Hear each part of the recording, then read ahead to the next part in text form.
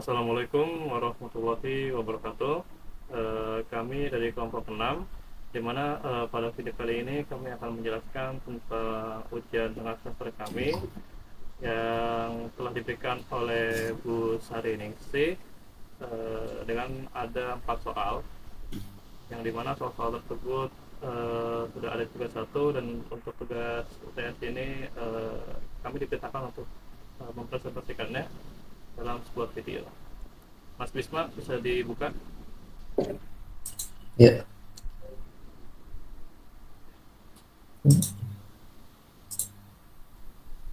Nah, Oke, lanjut Mas, langsung di ini ya. Nah, di kelompok ini terdiri dari Galak Prima Putra, yaitu saya sendiri, lalu ada Mas Muhammad Bisma Amrul Setiawan, ada juga Mbak Indri Sixta Dwi Bungsu Mambuku, ada Mas Dava Zakaria Putra, dan ada Mas Syufandi Al-Farizi. Lalu ini ada table of content yang mana berisi soal-soal yang telah Bu Sari berikan. Soal nomor 1 adalah pengolahan paralel, lalu yang kedua ada arsitektur paralel komputer, yang ketiga ada algoritma Pram, dan yang keempat ada sorting dan sorting matching. Oke. oh ya.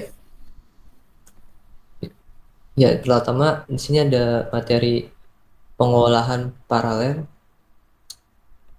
Pengolahan paralel adalah kebutuhan akan pengolahan paralel muncul seiring dengan semakin kompleksnya masalah yang perlu dipecahkan dan semakin besar volume data yang harus diproses. Dalam beberapa situasi, pengolahan data menggunakan pendekatan sekuensial atau serial menjadi tidak efisien dan memakan waktu yang lama. Oleh karena itu, pengolahan paralel menjadi solusi yang efektif untuk meningkatkan kecepatan dan efisiensi komputasi. Dan berikut beberapa alasan mengapa kebutuhan pengolahan paralel sangat dibutuhkan. Terutama alasannya yaitu ukuran dan kompleksitas masalah.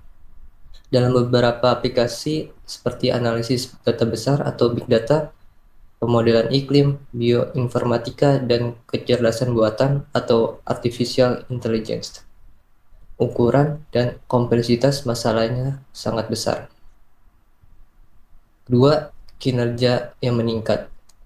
Dengan memanfaatkan banyak sumber daya komputasi secara bersamaan, seperti prosesor multi-inti atau multi-core, kumpulan komputer atau cluster, atau bahkan arsitektur superkomputer, pengolahan data paralel dapat menghasilkan kinerja yang jauh lebih baik dibandingkan dengan pendekatan sekuensial.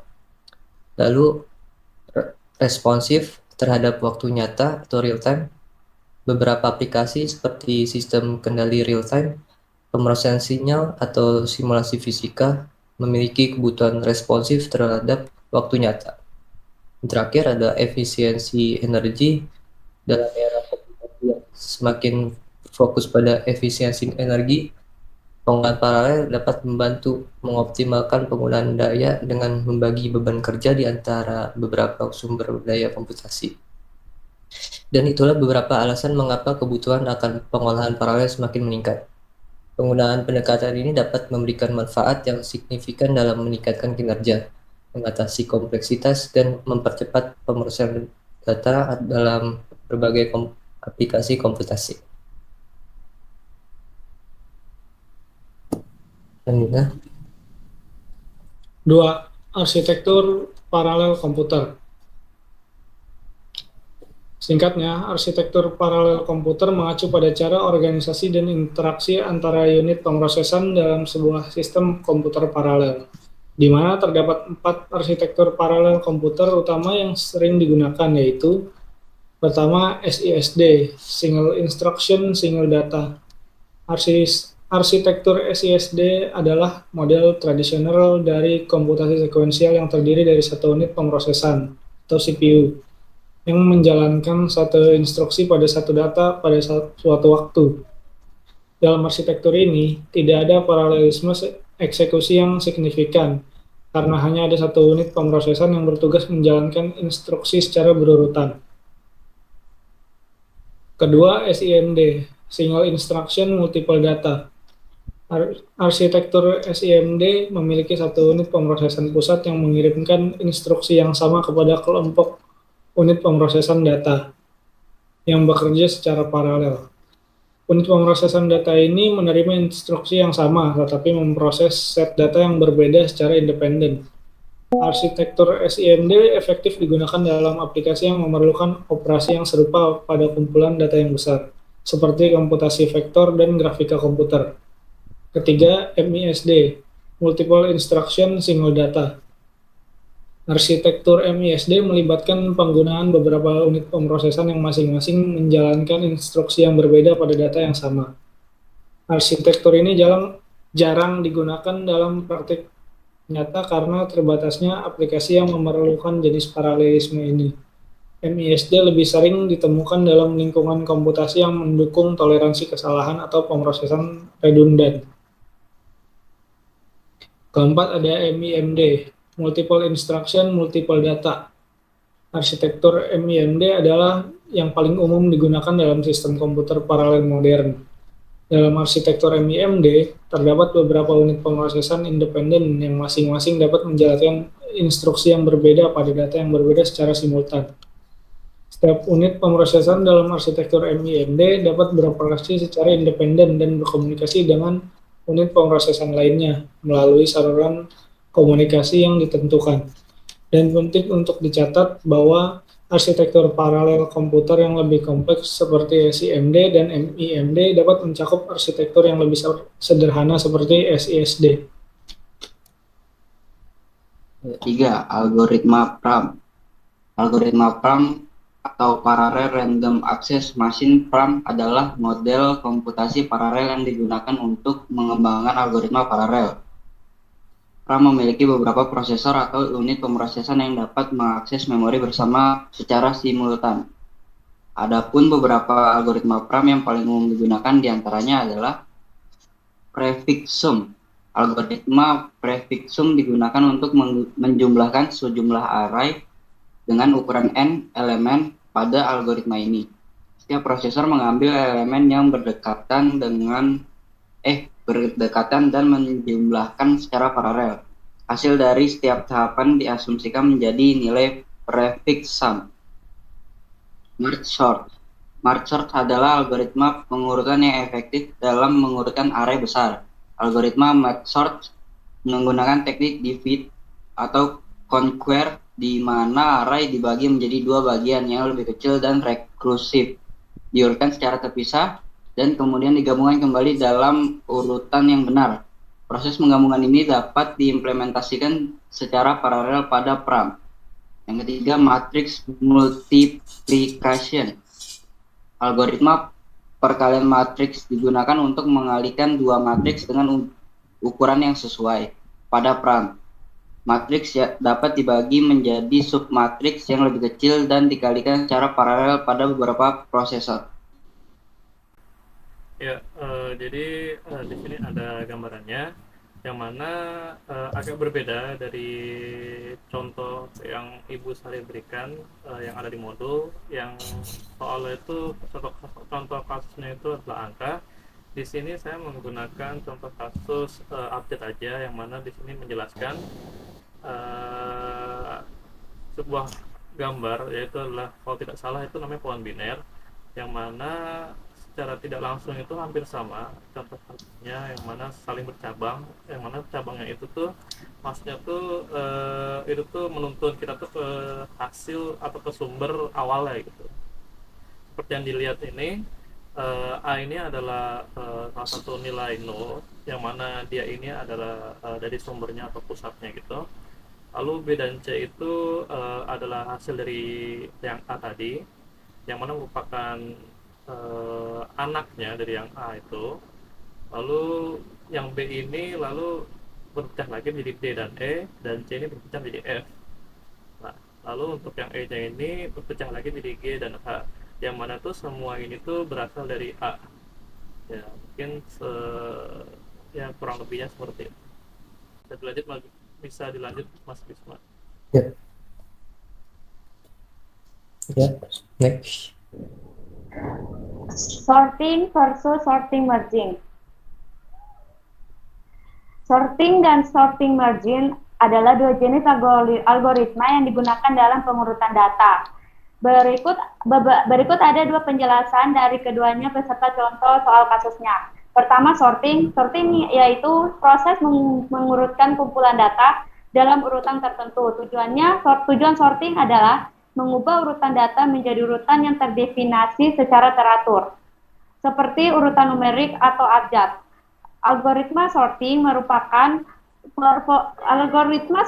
umumnya berfokus pada membandingkan atau memindahkan elemen-elemen data untuk mencapai urutan yang diinginkan. Beberapa algoritma seperti sorting terkenal termasuk bubble sort, selection sort, insertion sort, quick sort, merge sort, dan heap sort. Lalu di sini ada contoh kasusnya yang mana pada algoritma ini yang dari sorting tadi itu menggunakan algoritma bubble sort, dan seperti kita lihat di sini sudah ada 5 array yang mana memiliki nilai 3, 7, 1, 9, dan 5. Lalu di sini kita berusaha untuk mensortingnya dengan kondisi di mana jika i lebih besar dengan i plus 1 maka perlu ditukar. Di contoh ulangan pertama di sini ada 3 dan 7, di mana i ini tidak besar dari 7 maka tidak perlu ditukar. Lalu untuk keduanya itu ada 7 dan 1, di mana 7 ini jelas-jelas memenuhi kondisi di mana kondisinya itu adalah i lebih besar daripada i plus 1, maka 7 perlu bertukar dengan nilai 1. Lalu di bawahnya juga ada 7 dengan 9, di mana tidak perlu untuk ditukar kembali. Lalu di bawahnya ada lagi 9 dengan 5 yang mana perlu ditukar karena memenuhi kondisi. Lalu untuk perulangan kedua hampir sama, di mana jika sesuai dengan kondisinya maka perlu ditukar. Lalu untuk ulangan ketiganya seperti yang dapat dilihat hasilnya itu adalah 1, 3, 5, 7, dan 9.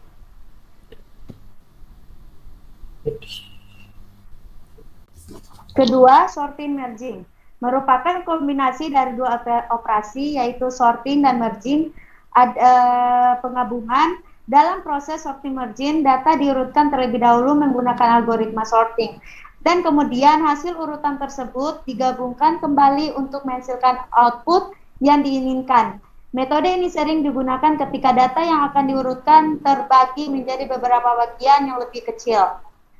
Kesimpulannya di sini adalah kombinasi sorting merging sangat berguna dalam situasi di mana data terfragmentasi atau berbagi menjadi beberapa bagian yang perlu diurutkan dan digabungkan kembali untuk mencapai hasil akhir yang diinginkan. Ya, lalu ini ada contoh dari sorting merging yang mana pada kasus contoh sorting merging ini menggunakan algoritma merge sort paralel, yang mana seperti yang dapat dilihat di sini ada 8 array yang memiliki nilai 2, 8, 5, 3, 9, 4, 1, dan 7. Lalu di sini menggunakan metode divide and conquer, di mana array tersebut tuh dipecah menjadi beberapa bagian kecil lalu baru diurutkan secara sendiri.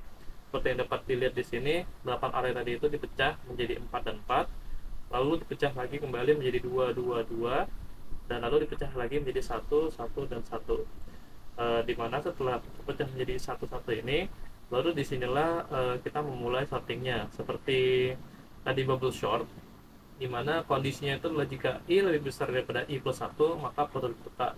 Dan seperti dilihat 2 dan 8 jelas-jelas tidak memenuhi kondisi, jadi tidak perlu ditukar. Lalu ada 5 dan 3 dimana memenuhi kondisi, jadi perlu untuk ditukar menjadi 3 dan 5. Lalu seperti 9 dan 4 memenuhi kondisi, ditukar. Lalu ada juga 1 dan 7 dimana tidak memenuhi kondisi, jadi tidak perlu untuk ditukar kembali. Lalu ketika sudah di divide and conquer menjadi satu-satu bagian, lalu digabungkan kembali seperti hampir fase awalnya, dimana digabungkan menjadi 2, 2, 2, dan 2 kembali, dimana di fase ini juga kita melakukan sorting juga, dimana 2 dan 8 dengan 3 dan 5, lalu 4, 9 dengan 1 dan 7. di mana dihasilkan dari nilai tersebut adalah 2358 dan 1479. Lalu untuk hasil akhirnya ini seperti dapat dilihat yaitu adalah 1, 2, 3, 4, 5, 7, 8, dan 9. Ya. Ya, mungkin itu saja yang dapat kelompok kami sampaikan. Kami memohon maaf apabila terdapat kesalahan dalam pengucapan kami atau kurang sopannya dari kata-kata kami, dan juga kami juga memohon maaf apabila jawaban tersebut masih terdapat banyak yang salah. Dan mungkin itu saja yang dapat kami sampaikan. Sekian dan terima kasih.